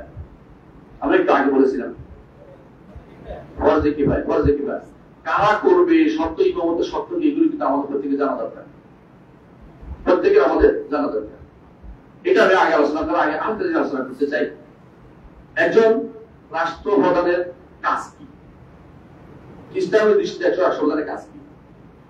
ইসলামী দৃষ্টিতে একজন রাষ্ট্রপ্রধানের কাজ হচ্ছে দুইটা, এক নম্বর হচ্ছে ইকামতুদ্দিন, আর দুই হচ্ছে সিয়াসাতুদ দুনিয়া। রাষ্ট্রপ্রধানের প্রথম কাজ হচ্ছে ইকামতুদ্দিন, রাষ্ট্র দিনকে প্রতিষ্ঠা, দুই নম্বর হচ্ছে সিয়াসাতুদ দুনিয়া, দুনিয়াকে শাসন। দুইটা, ইকামতুদ্দিন দুইটা, আবার দুইটা, দিনকে হেফাজত করা আর দিনকে বাস্তবায়ন করা। ইকামতুদ্দিন রাষ্ট্র দিন কায়েমের মূল কথা হচ্ছে দিনকে হেফাজত করা, প্রচার প্রসার করা, আর হচ্ছে দ্বিতীয়ত দিনকে বাস্তবায়ন করা। দিন বাস্তবায়ন যদি না করে সেই ব্যক্তি কি হবে না, রাষ্ট্রপ্রধান হওয়ার যোগ্যতা অর্জন করতে পারে না, অর্থাৎ তার উদ্দেশ্য সাধন করতে পারে নাই, উদ্দেশ্য বিরোধী কাজ করে যাচ্ছে। এক নম্বর কাজ। সিয়াসাতুদ দুনিয়া, দিন বাস্তবায়ন মানে কি বুঝছেন তো? শরীয়ত বাস্তবায়ন, হুদুদ বাস্তবায়ন, ইসলাম বাস্তবায়ন, এবং মানুষদেরকে যেভাবে পারা যায় দিন থেকে দিনের মধ্যে সংগ্রহ করার কাজ করো। এই যে নারীরা যে সমস্ত নিয়ে আসতেছে, অমুক যে সমস্ত এরা নিয়ে খারাপ জিনিস নিয়ে আসতেছে, এগুলিকে প্রতিহত করা রাষ্ট্রপ্রধান দায়িত্ব। ইকামতুদ্দিন দুইভাবে, একটা কি দিন সংরক্ষণ করা, হেফাজত করা, আর হচ্ছে এটা দিনকে বাস্তবায়ন করা, দুইটাই লাগবে। দিন বা সংরক্ষণ, আকীদা সংরক্ষণ, প্রথম শরিয়া সংরক্ষণ, বুঝছো তো? এটার জন্য ইউনিভার্সিটি প্রতিষ্ঠা, ইউনিভার্সিটির লোক দেওয়া, যেগুলো তৈরি করা, ছাত্র তৈরি করা, বিভিন্ন দেশ থেকে পড়িয়ে নিয়ে আসা, এগুলি বাস্তবায়ন, এগুলি কাজ দায়িত্ব রাষ্ট্রপ্রধান। তারা ভুল বলছে, এটা আমাদের দিনের মূল কাজ। এগুলি ব্যক্তিগত একামতদিন করতে পারে না, ব্যক্তি একামতদিন করবে শুধু ঘরের মধ্যে। আমি একামতদিনের দায়িত্ব তো নিচ্ছি, কোন জায়গায় করবো? একামতের দায়িত্ব আমার শুধু আমার ঘরের মধ্যে। আলমারহু একজন মানুষ তার ঘরের রাখা, একজন মানুষ তার পরিবারের রাখা, একজন নারী তার ঘরের রাখা। এভাবে সমাজের সিস্টেম দিছে। আপনি পরিবারে করতে পারবেন, আমি মসজিদের মধ্যে আপনাদের বলতে পারবো, অথবা আমার ইউনিভার্সিটি আমার ছাত্রদের মধ্যে বলতে পারবো, এর বাইরে আমার দায়িত্ব নেই। রাষ্ট্রপ্রধানের পুরো রাষ্ট্রের দায়িত্ব আছে। দিনকে সংরক্ষণ করা এক নম্বর কাজ, বুঝছেন তো? এই দিনের আকীদা শরীর উভয় সাইড, বিশুদ্ধতা বাস্তবায়ন করা, অশুদ্ধতাকে বাদ দেয়া। আর দিনকে দুই নম্বর হচ্ছে বাস্তবায়ন করতে হবে, সংরক্ষণ শুধু না বাস্তবায়ন করতে হবে। এটা প্রথম দায়িত্ব রাষ্ট্রপ্রধানের। রাষ্ট্রপ্রধানের দ্বিতীয় দায়িত্ব হচ্ছে দিন দিয়ে দুনিয়া পরিচালনা, দিন দিয়ে দুনিয়া পরিচালনা করা। আবার এমনি পরিচালনা করলে হবে না। আপনি যদি কোনো বাইরের কোনো নীতি নিয়ে আসেন, গণতন্ত্র, সমাজতন্ত্র, অমুকতন্ত্র, স্বয়ংতন্ত্র নিয়ে চলে আসেন, এগুলি আমাদের কোনো কাজে আসবে না। এগুলি দিয়ে রাষ্ট্রপ্রধান করলে আপনি রাষ্ট্রের দায়িত্ব পালন করেন নাই, রাষ্ট্রপ্রধানের দায়িত্ব পালন করেন। এগুলি তো আমাদের শিক্ষা দরকার। আমি যদি কোনো এই জিনিসটা আমরা যদি কোনো আগে থেকে প্রতি ঘরে ঘরে শিখাইতে পারতাম, আমাদের যারা রাষ্ট্রপ্রধান হয় তারা কে ধরে দিতে পারতো? তারা মনে করতো আমি ভিতরে তো বেরিয়ে যাচ্ছি, এটা করলে তো আমি দিন থাকতে পারতেছি না। তাহলে আমাদের যারা সচিব হয়ে বসে আছে, আমাদের যারা ওই ডিসিএসপি হয়ে বসে আছে, ওরা কি করতে হবে? তারা বুঝে, তারা মনে করে তারা স্বাধীন হয়ে গেছে। আমার নামাজ পড়ে মসজিদ দান করি, মসজিদ 10টা ফ্যান দিচ্ছি আমি, আমার নাম দিয়ে একটা কি করবে, হ্যাঁ, একটা বড় বাহাবা দিবে, এটা মনে করে বসে আছে। এটা তার দায়িত্ব মনে করতেছে যে আমার আরো বড় দায়িত্ব রয়েছে, এটা সেটা কিছু দান, তার এটা বলেছে না করে করে রাখি, আমার বড় দায়িত্ব রয়েছে, এই বাস্তবায়ন না করলে আমার এলাকায় যদি সরিয়ে কিছু হয়, এটা আমার আল্লাহ আমার করবে। নিষিদ্ধ জানা দরকার, জানা দরকার। এগুলো পরিবার থেকে শিক্ষা আসে নাই, তো প্রতিষ্ঠান থেকে আসে নাই, তাদের ট্রেনিং মধ্যে আসে নাই, সামাজিক প্রতি তারা পড়ে নাই, তাদের উপর আপনি কিভাবে দিকটা কাজ করে গ্রহণ করেন? আপনার যদি রোজন সময় কিছু হবে না। কয়টা বলছি সিয়াসাতের দুই কিভাবে হবে সিয়াসাত, এটা দুইভাবে করতে হবে। একটা হচ্ছে দিন দিয়ে দুনিয়া চালানোর মধ্যে দুইটা সাইড। একটা হচ্ছে আপনাকে রাষ্ট্রের মধ্যে কিছু নীতি আছে স্থায়ী, এগুলির মধ্যে হাত দেন না, এটা আপনি রাস্তা দেবেন।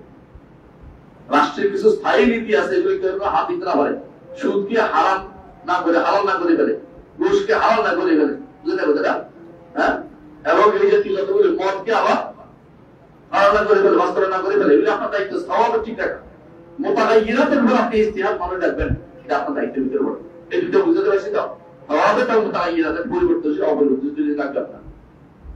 এই যে জিনিসটা এতক্ষণ ধরে বললাম যে আপনাকে আমাদের কিন্তু আদান না, ঠিক আছে, আপনাকে যে শরিয়াতে যেটা দিয়েছে, মানে আপনার দিন এটা দিয়ে আপনাকে দুনিয়া বাস্তবায়ন করতে হবে।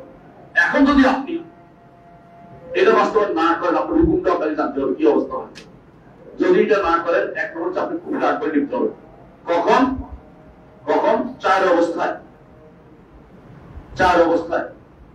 এক নম্বর হচ্ছে যদি আপনি এর বিরোধী কোন আইন প্রণয়ন করেন, তাহলে আপনি কাফের হয়ে যাবেন, বড় কাফের।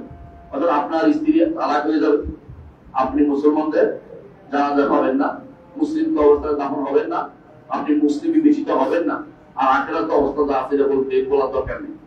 দ্বিতীয় হচ্ছে যদি আপনি এর পক্ষে প্রতিরোধ করতে থাকেন, কোনটা? আল্লাহ বিরোধী আইনের পক্ষে প্রতিরোধ করেন, এটাই ঠিক, এটাই ঠিক। আমাদের টকশোতে বসে বসে তারা এগুলি কর দেখেন। হ্যাঁ, কেউ কেউ দেখবেন যে এখন নারী কমিশনের পক্ষে কথা বলতেছে, তাদের আর কোনো মানে যারা সামান্যতম দিনের কোন সামান্যতম জ্ঞান তাদের মধ্যে নেই। আরেক গোষ্ঠী কাফের হবে তারা, যারা এই আইন আল্লাহ বিরোধী আইন বানিয়ে দেওয়া এটা তারা বিচার করতেছে, এরাও কাফের হয়ে যাবে। চারটি গোষ্ঠী, চার নম্বর গোষ্ঠী হচ্ছে যারা মেনে নিবে তারাও কাফের, যারা মেনে নিবে তারাও কাফের। বুঝলেন কিনা? যে এইটা আমি মেনে নিচ্ছি, কারণ কেউ নারীকে ছেলেকে মেয়ের সমান সমান, মেয়ের ছেলে সমান সমান নিচ্ছে বাপের সম্পদ থেকে, ভোট দিয়ে দিচ্ছে, আপনি মেনে নিচ্ছেন, পাইসেল করে নারী মানুষ বা আমার দিচ্ছে, ভোট দিচ্ছে, এটা তো মেনে নেন, কি হইব? আপনিও কান, কোন সন্দেহ নেই। আপনাকে কেউ দিলেই দিতে পারেন না। অনেকে বলে গণতান্ত্রিক অধিকার আমরা এটা করছি, গণতান্ত্রিক অধিকার দিলে দিবেন আপনি? হারামকে কোনদিন হালাল করতে পারেন, আপনি দিতে পারেন না এটা? হ্যাঁ, গণতান্ত্রিক অধিকার দিচ্ছে আপনাকে, কি সুদ দিচ্ছে আপনাকে খাইতে পারবেন, আপনি এটা নিবেন কি জন্য? গণতান্ত্রিক অধিকার দিকে হারামকে হালাল করা যায়, তাহলে বুঝতে হবে আমাদেরকে। রাষ্ট্র প্রধানের আরো তিনটা দায়িত্ব আছে, শাখা দায়িত্ব। প্রথম কয়টা বলছিলাম? দুইটার মধ্যে কয়টা বলছি? আরো দুইটা করে চারটে, মনে থেকে যাবে।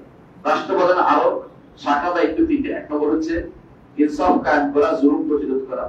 দুই নম্বর হচ্ছে মানুষের মধ্যে বিচ্ছিন্নতা তৈরি না করা, দিনের উপর ঐক্য রাখা, আকীদার উপর ঐক্য রাখার চেষ্টা করা, তার কাজ হবে এটা। মানুষের মধ্যে বিচ্ছিন্ন তৈরি করে তার আলেম সমাজ থাকবে তাদের কাছে ফিরিয়ে দেয়া। তিন নম্বর হচ্ছে জগৎকে আবাদ করা, জগৎকে আবাদ করে দায়িত্ব দিতে পারে। অর্থাৎ আপনি শুধু আল্লাহ কথাই বলে দেবেন তা না, আপনি মানুষের কল্যাণও কাজ করে যাবেন, এটা আমার দায়িত্ব। রাস্তাঘাট তৈরি করবেন, কালভার্ট তৈরি করবেন, মানুষ দেখতে পাচ্ছেন করবেন, এটা আমার দায়িত্বের ভিতরে পড়ে। আর কিভাবে এখন বলেন রাষ্ট্রপ্রধান নির্বাচিত হবে? আমি লম্বা করতে পারবো, জানি না কতক্ষণ সময় বাদ হয়ে গেছে। আসলে তোমার বাস্তবায় আছে ইনশাআল্লাহ, আর বলতে থাকে আবার শুনেন, কাজে রাখবেন ইনশাআল্লাহ। রাষ্ট্রপ্রধান দায়িত্বে আপনাদের পালন করতে হবে রাসূলুল্লাহ সাল্লাল্লাহু আলাইহি ওয়াসাল্লাম কিভাবে করেছেন সেটা এবং সাহাবায়ে কেরাম কিভাবে সেটা নির্দেশ করেন। রাসূলুল্লাহ সাল্লাল্লাহু আলাইহি ওয়াসাল্লাম বলেছেন ইত্তাবাউ বিল্লাযাইনি মিন বা'দি আবি বকর ওয়া ওমর, আমার পরে দুইজন আসতেছে, এই দুইজনের অনুসরণ করে চলো। তো বোঝা গেল তিনি তারপরে দুইজন আসবে খলিফা তিনি বলে গেছেন, তাই না? আবার রাসূল বলেছেন আমার সুন্নাত অনুসরণ করো, আমার খলিফাদের সুন্নাত অনুসরণ করো। তো তারপরে খলিফা হবে রাসূলের ভবিষ্যৎবাণী আছে। আরো বলেছেন যে আমার পরে 30 বছর খেলাফত থাকবে, তো তারপরে খলিফা তো খলিফা রাসূল বলে বোঝা গেল খলিফা নির্বাচন করতেই হবে আমাদেরকে। খলিফা কিভাবে নির্বাচন হয়? খলিফা নির্বাচনের চারটা মোট, দুইটা এবং চারটা বলতে পারি। দুইটা কেন? প্রথমে বলি চারটা বললে ভালো, চারটা।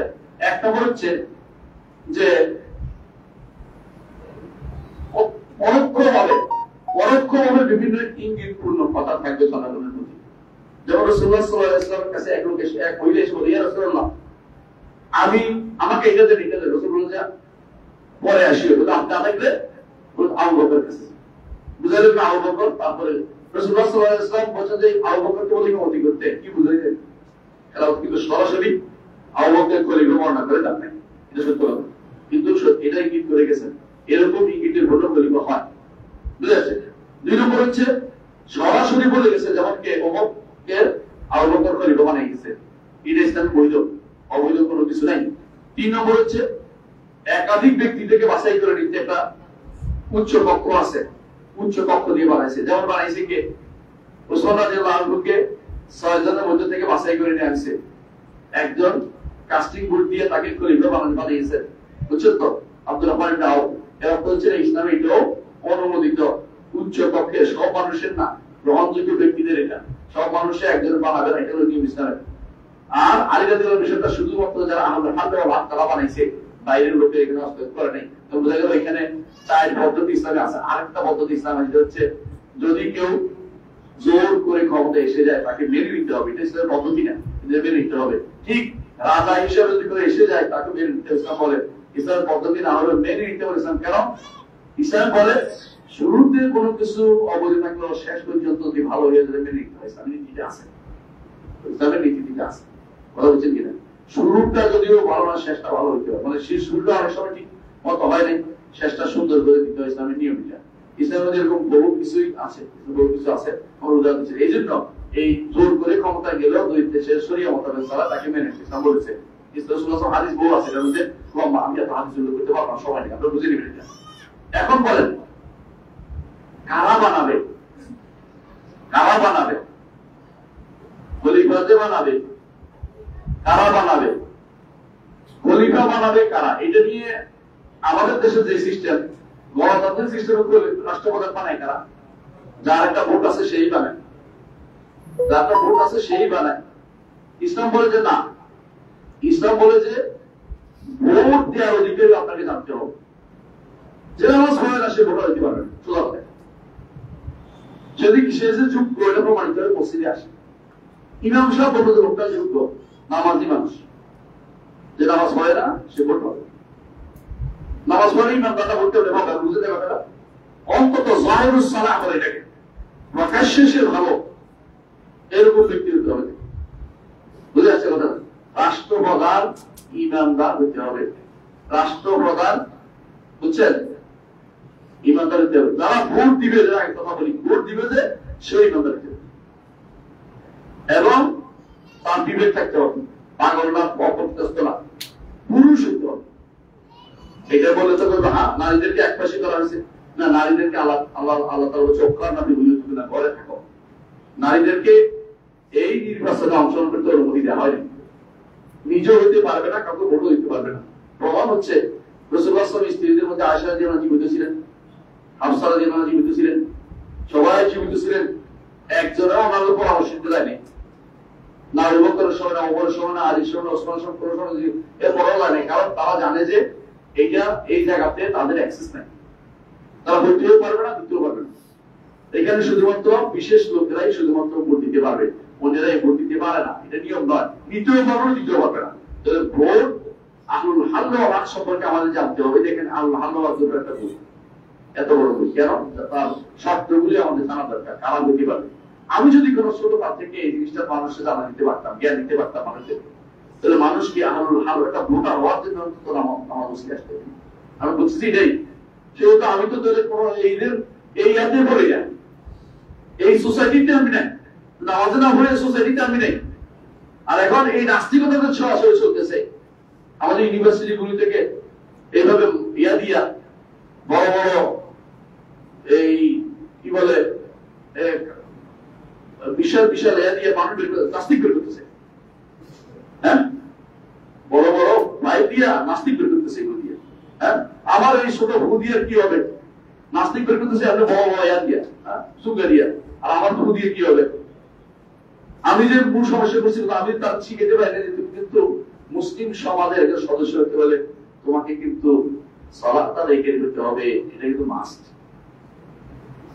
তোমাকে বিধিবিধান মেনে চলতে হবে, শরীয়ত মেনে চলতে হবে, জাহিরুস সালাহ প্রকাশ্যে তোমাকে মেনে চলার মতো কাজ থাকতে হবে। ইসলাম বিরোধীদের মধ্যে তুমি দেখা না যায় তোমাকে।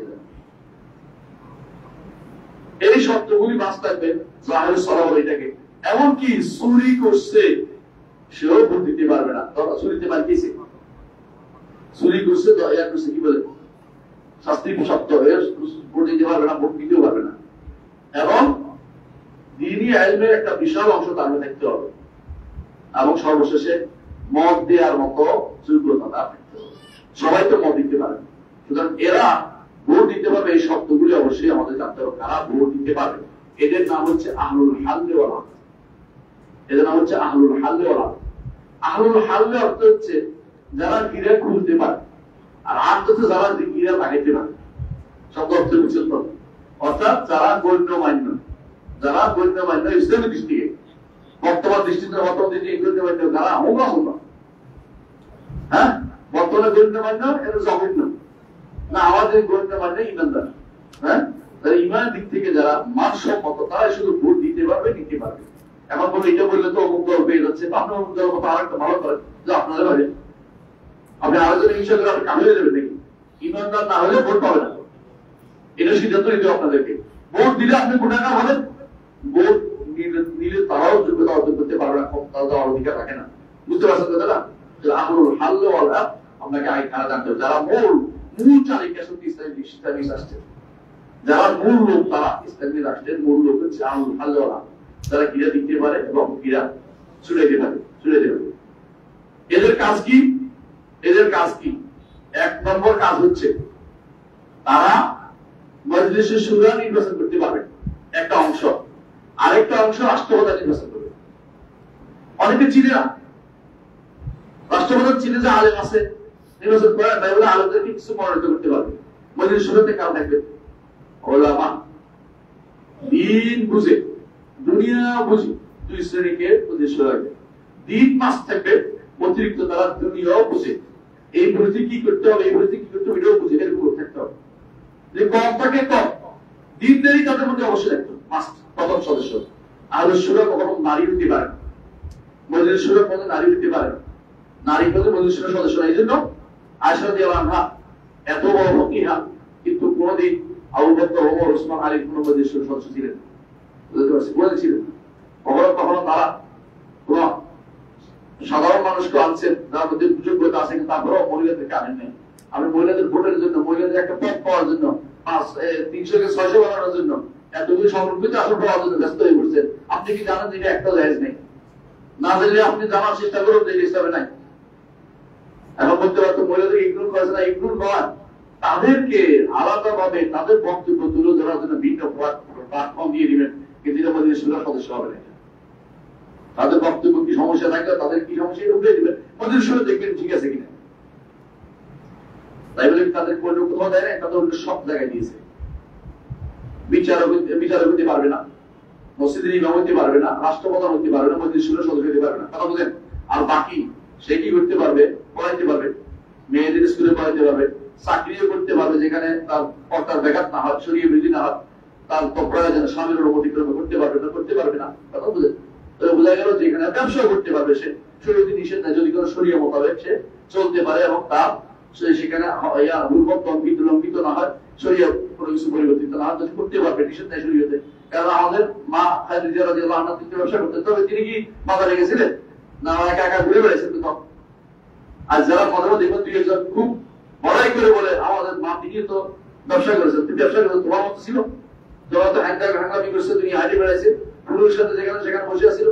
এই সিদ্ধান্ত আমাদের মায়েদের ছিল না, তোমরা তো ইউরোপিয়ানদের থেকে আসছো, আমাদের থেকে নিয়ে আসছে চিন্তা ভাবনা। তাহলে এক নম্বর কাজ হচ্ছে তারা কি করবে? মজলিস শুরার একটা অংশ তারা নির্বাচন করবে, আরেকটা অংশকে নির্বাচন করবে রাষ্ট্রপ্রধান। নিজে বাছাই করে নিতে পারবে আলেমদের থেকে, যে তাদেরকে কেউ চিনে না, এমনি চিনছে যারা যোগ্য, তারা তাদেরকে একটা অংশ নিয়ে করে দিতে পারবে, তার যোগ্যতা আছে। দ্বিতীয়ত তারা কি করবে? খলিফার জন্য নির্বাচন করতে পারবে, সরাসরি করতে পারবে, অথবা মজলিস শুরা হাল মজলিস করতে পারবে। বায়াত তারা অনুষ্ঠিত করতে পারবে, বায়াত দিতে পারবে, বায়াত তাদের থেকে বায়াত দিবেন কে? খলিফা। দ্বিতীয় হচ্ছে তারা প্রয়োজনে বাছাই করতে পারবে, খেলাফত যারা খলিফা হওয়ার যোগ্য তাদের মধ্যে তারাই বাছাই করতে পারবে। যখন বাছাই করছে কে, 6 জনের বাছাই করছে, একজন 3 জনের করছে ওসমান, 3 জনের করছে আলী। বুঝছেন কথাটা? তো আব্দুর রহমানের নাম তোমরা এক পক্ষে গেছে, দুই পক্ষে পাশ করে গেছে, বুঝছো তো? জি।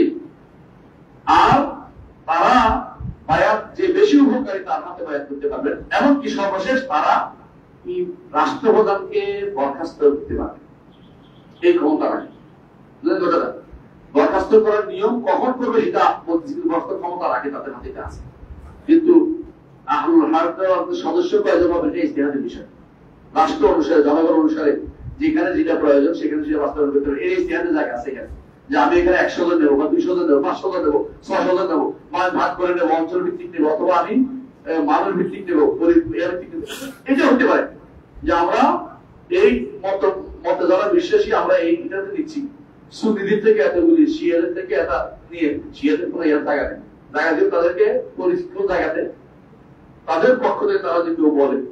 আর অন্যরা কি অন্যান্য কাফেররা আছে তাদের পক্ষ থেকে আলাদা নিম্ন পক্ষ হইতে পারে, উচ্চ পক্ষে কোনোদিনে আকীদা নষ্ট অথবা ঈমান নষ্ট অথবা শরীয়ত বিরোধী এরকম কাউকে, অথবা ইসলাম বিরোধী কোনো কাউকে সেখানে জায়গা হবে না। এটা স্থায়ী বডি, স্থায়ী বডি কোনো পরিবর্তন হইতে পারে। কথা হচ্ছে হ্যাঁ, একজন মরে গেলে একজন জায়গা হবে, কে নিবে তখন সে আবার যোগ্যতার ভিত্তিতে আসবে, ইসলাম এবং আকীদা শরিয়া মেনে চলে এরকম লোক থেকে যোগ্যতার ভিত্তিতে আসবে। ইমামের কি একটা রাষ্ট্রপ্রধানের কি যোগ্যতা থাকতে হবে? মুসলিম হতে হবে, প্রাপ্তবয়স্ক হতে হবে, বিবেক থাকতে হবে, স্বাধীন হতে হবে, পুরুষ হতে হবে, দিনের পর্যাপ্ত জ্ঞান থাকতে হবে, পর্যাপ্ত। আমরা আলেম বানাচ্ছি না এখন, কাউকে বলিনি আলেম, পর্যাপ্ত জ্ঞানী হতে হবে, দিন সম্পর্কে জানে। অযোগ্যরা একেবারে দিন জন্য কিছু বুঝে না। আমাদের লোকের তো নামাজ পড়তেও জানে না, নামাজ পড়তেন আমাকে প্রতিদিন যেটা লাগে 5 বার, হ্যাঁ পেটাতে পারে না। আমরা এরপর ওটা কি করবো, ওটা 300 কি বুঝবে দেবে। তারপরে ন্যায় পরায়ণ হতে হবে এবং শারীরিক ভাবে যোগ্য, অর্থাৎ সাহসী হতে হবে এবং শরীয়ত বাস্তবায়নের মতো ইয়া নিতে পারবে, ভার নিতে পারবে, যে কোনো মূল্যে আল্লাহর শরীয়তকে বাস্তবায়ন করবে। এবং শারীরিক যোগ্যতা, মানসিক যোগ্যতা সম্পন্ন হতে, মানসিক যোগ্যতা থাকতে হবে। আর এইটার জন্য পাগল হওয়া যাবে না। যদি মাসলাহাত না থাকে যে আমি পাওয়ার জন্য আমাকে দিতে হবে এরকম না, হ্যাঁ তিনি চাইবেন তো যাকে যোগ্য মনে করে দিবেন, জোর করে নেওয়ার মতো মানসিক না থাকবে তো মানুষ নির্বাচন করে, ঠিক আছে। এখন বলে আমি সঙ্গে শেষ করবো, সব বেঁধে দিব না যে একজন রাষ্ট্রপ্রধানের দায়িত্ব তো আমরা বলেছি না কি করতে হবে, রাষ্ট্রপ্রধানের দায়িত্ব। রাষ্ট্রপ্রধানের দায়িত্ব আদায়ের পরে যেটা থাকে সেটা হচ্ছে রাষ্ট্রপ্রধান আরো কিছু দায়িত্ব আছে, এটা হলো সম্পদ আইন আহরণ করা ও সম্পদ দেয়, যেটা কথা আমি করেছি। সম্পদ কোথা থেকে আয় করতে হবে? ইসলাম হচ্ছে যাকাত, হারাজ, জিজিয়া, অসুর, কানায়, ভাই এবং বিভিন্ন যেগুলো বর্তমানে বিভিন্ন সমস্ত এগুলো সম্পদ আয় করবেন। ব্যয় করবেন কোথায়? ব্যয় করবেন বিচারক, মুসলিমদের ইয়াতে লেখাপড়ায়, এবং তাদের ব্যয় করবেন তাদের বিভিন্ন রাষ্ট্র পরিচালনা, বিভিন্ন খাত ব্যয় করতে পারবেন। এমনকি যেখানে নসিহত হচ্ছে এটা মজলিস শুরুতে পেশ করতে পারবেন, এবং এটার জন্য তারা 3 বছর মজলিস শুরু রাখতে পারবেন। তার হক কি?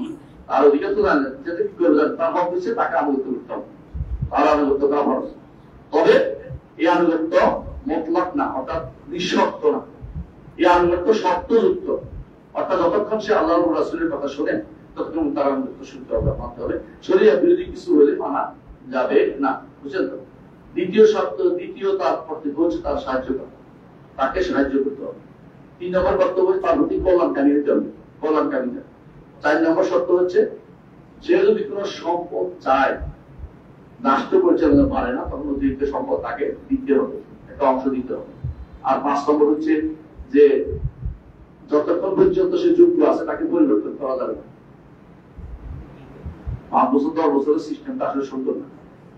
কেন সুন্দর না? একজন 5 বছর খাইছে, আরেকজন এমপ্লয় এসে আবার খাওয়া শুরু করে দেয়, এরপর তাড়াতাড়ি করে আবার 5 বছর মতো আমি থাকতেই পারবো না, তত পারি তত বিদেশে বাঁচার করি। খুবই খারাপ জিনিস। কি কি কারণে একজন রাষ্ট্রপ্রধান থাকতে পারবে না ইসলামী রাষ্ট্রে? 1 নম্বর কারণ হচ্ছে যদি কাফের হয়ে যায়, মুরতাদ হয়ে যায়।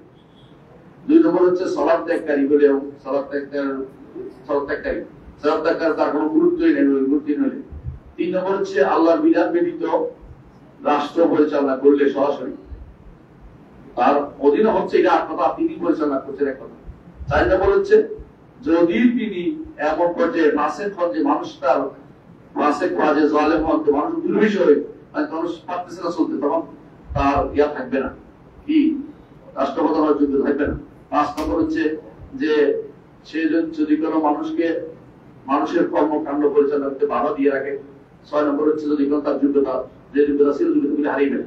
আমি শেষ করে দিচ্ছি, এখন বলেন শেষ করে দিচ্ছি, কখনো এক দৃষ্টি বিষয় হয়েছে মানুষ যদি বলেন বললেন যে একটা পর্যায়ে তাকে বাদ দিতে হবে, তাকে বাদ দেওয়ার তো সিস্টেম আছে। আপনাদের কিছুদিন আগে বিশাল বিশাল কাজ করে দিয়েছেন মাশাআল্লাহ, তাই না? আসলে এটা শরীর নীতির ভিতরে পড়ে, কিন্তু যে ওই দিন হবে যেদিন সরকার করে গেছে, সেনাবাহিনী যেদিন সরকারকে ছেড়ে দিয়েছে সেদিন সরকার করে গেছে, কারণ একটা বাহিনীর উপর সরকার ঠিক থাকে। সেদিন থেকে শুধুমাত্র আপনাদের সরকার বৈধ। এই এর আগের ওই সরকারে ছিল, এই সরকার আসলে আগে বলা ঠিক না, বুঝতে হবে জিনিসটা। একজন রাষ্ট্রপ্রধানকে পরিবর্তনের কয়টা সিস্টেম, একটা হচ্ছে নিজে তিনি চলে যাবেন, 2 নম্বর হচ্ছে তাকে জোর করে ক্ষমতা থেকে নামানো হবে, এতে ফেতনা বেশি, এতে সমস্যা বেশি। যদি ফেতনার চেয়ে লাভ বেশি হয়, যতটুকু ক্ষতি হয়েছে তার থেকে লাভ বেশি হবে, এরকম শিওর থাকে, তাহলে শুধুমাত্র তাকে সরানো যায়। যদি সে তিনি অযোগ্য হয়ে যান। আর 3 নম্বর হচ্ছে যে তার সাথে অসহযোগ করে যদি আপনি বেড়ে দিতে পারেন, তাকে কাজ নামাইতে পারেন, তাহলে সেটা করতে পারবেন। কথা বুঝছেন? রাষ্ট্রপ্রধানের বিরুদ্ধে বের হওয়ার বিধান কি? সরাসরি তার বিরুদ্ধে আপনি বের হলেন, ইসলাম এটা কোনোভাবেই অনুমোদন করে না। এক দলকে বলো বাকি, কি বলে বাকি, যারা নিজের অধিকার আদায়ের জন্য রাষ্ট্রপ্রধানকে নেমে যেতে বলে। এই জন্য ওসমানের বিরুদ্ধে যারা দাঁড়িয়েছে কি বলে বাকি, কেন? তারা নিজস্ব অধিকার আদায়ের জন্য মুসলিম বিশ্বের সবাইকে দলাদলি দিয়েছে, ওসমানের হত্যা করে দিয়েছে।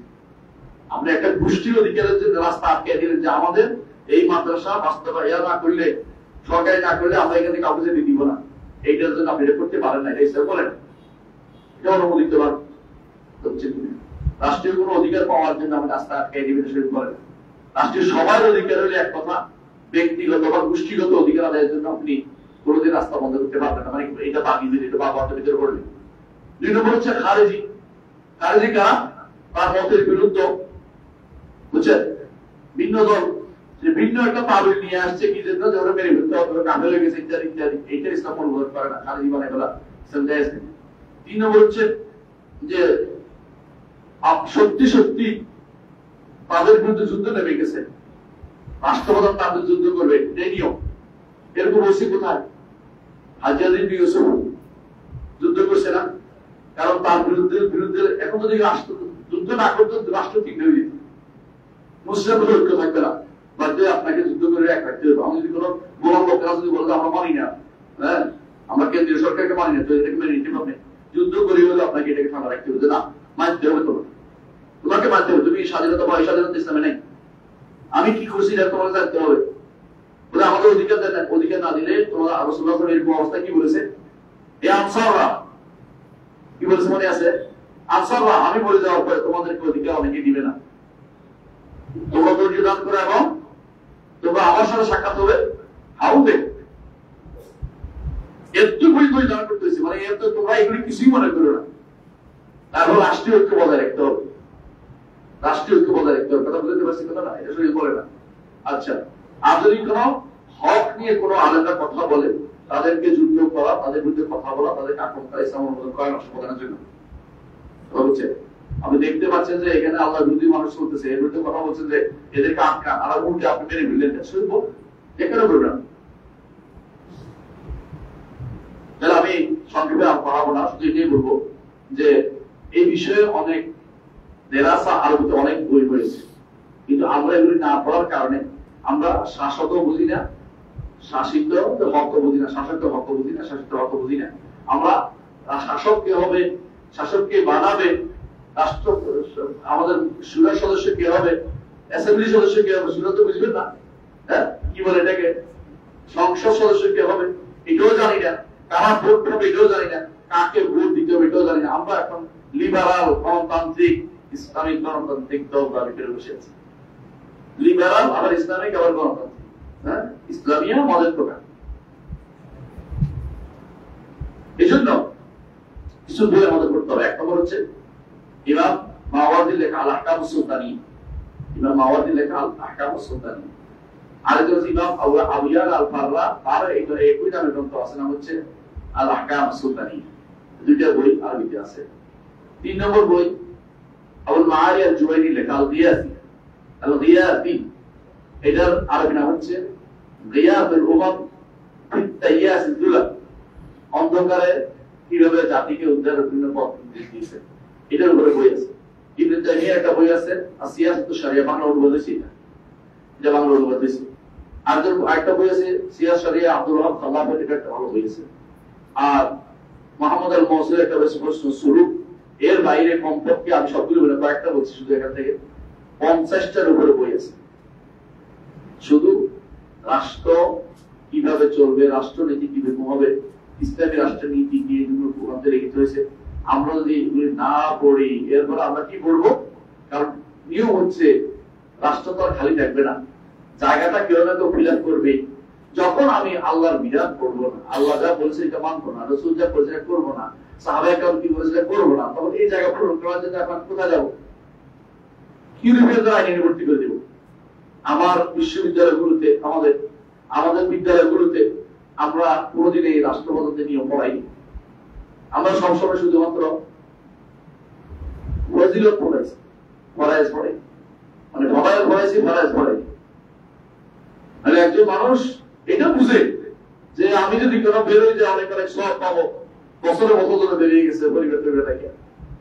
কিন্তু একজন এটা কেন বুঝে না যে আমার কিন্তু কর্তব্য আছে, আমার পরিবারের প্রতি, সমাজের প্রতি, রাষ্ট্রের প্রতি আমার কর্তব্য আছে, এবং আমার দ্বীনের প্রতি আমার কর্তব্য সবার আগে।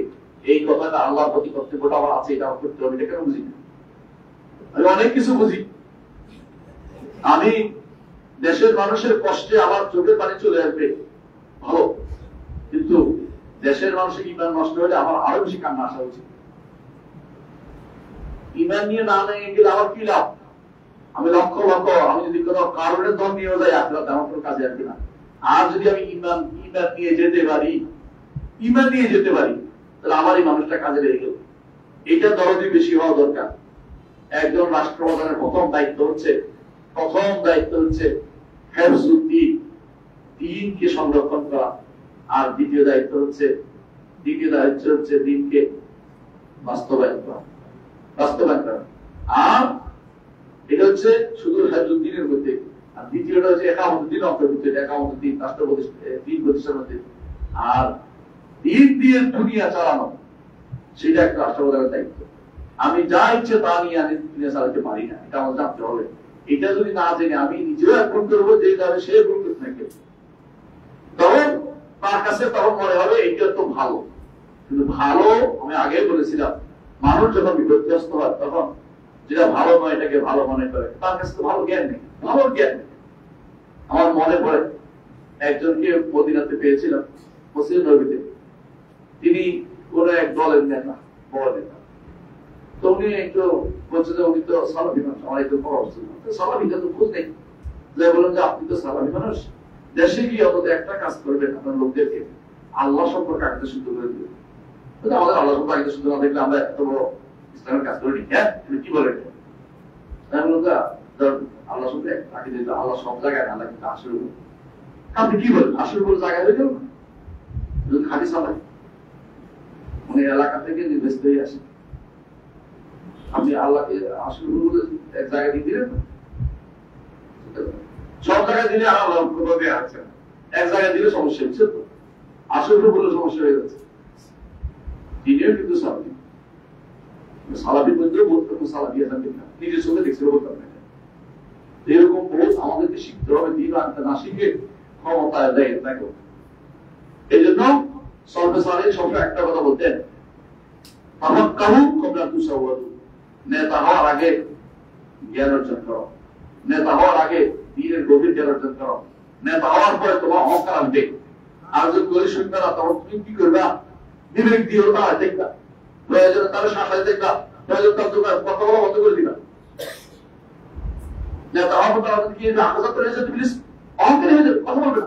এরকম বড় নেতা এখন দেখতে পাচ্ছি আমরা, হারাম বললে খেপে যায়, ওর নেতারা তো আরো খেপে যায়, আমার তো 15 দেশে বানাই দেয়, ওর অনুসারী আরো খেপে যায়, ওর কিছু হারাম বললে না খেপে যায়, হারাম করতেছে আমি হারাম করবো কি করে?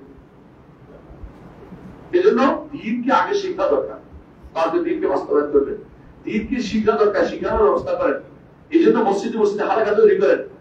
শেখ হুসেন মাহমুদ আব্দুল্লাহ রহমতুল্লাহ আলী তিনি যে দাওয়াতের সিলসিলা রেখে গেছেন, মাঝখানে সৌদি সরকার ক্ষমতা ছিল না, জানেন আপনারা, আলে রশিদ ক্ষমতা ছিল। আলে রশিদ যখন মালিক আব্দুল আজিজ রহমতুল্লাহ আলী কুয়েত থেকে আবার গেলেন, গিয়ে তিনি জিজ্ঞাসা করেন মোহাম্মদ ইব্রাহিম, আমার নানা হইতে বলছে, আপনি আমার জন্য কি করেছেন? বলছে আমি 30 বছর তোমার জন্য তৈরি করছি। এদেশে এখন আর কেউ আল্লাহর শরীয়ত লাগবে না এই চিন্তা মাথায় নেই। মসজিদে ঢুকে গেছে, দিন শিখিয়ে দিচ্ছি মানুষদেরকে। এখন তুমি যেটাই বলো আমি দিতে পারো তোমাকে, বলে আমার বিচারক দিছে, আমাকে ইউনিভার্সিটি পরিচালনা করতে তাও দিছে, নিজে বলে ইউনিভার্সিটির ওনাকে পছন্দ করতে পারি যে আপনার মধ্যে ইউনিভার্সিটি হবে পরিচালক হয়েছে প্রথম মোহাম্মদ ইব্রাহিম আল শেখ মদিনা প্রথম চ্যান্সেলর। আপনার আবার ইসলাম প্রতিষ্ঠা করা সবাই চায়, নিয়ত ভালো, ভাই নিয়ত ভালো হলে কাজটা ভালো হয়ে যায়। নিয়ত ভালো হলে কাজটা ভালো হইতে হবে। কাজটা কিভাবে করতে হবে সেটা আপনাকে জানতে হবে। আপনার অনেক আবেগ আছে, আপনার অনেক আশা আছে, কিন্তু আশা দিয়ে হবে না, আপনাকে দিনকে গোড়া থেকে শিক্ষা দিতে হবে। আকীদা আমি প্রথমে বলছিলাম ইসলামী রাষ্ট্রগুলো হচ্ছে কি, অনেকগুলো জিনিস বলছিলাম শুরুতে, আকীদা ঠিক করতে হবে, কাছে আকীদা, সর্বশেষ আকীদা কি, মরার সময় আকীদা, মরার পর আকীদা। আপনাকে এটা নিয়ে আগাতে হবে। আল্লাহ আমাদের তৌফিক দান করুন, আল্লাহ আমাদের তৌফিক দিন, দিনকে বুঝার তৌফিক দান করুন। কিছু প্রশ্ন আছে এর উত্তর দেবেন।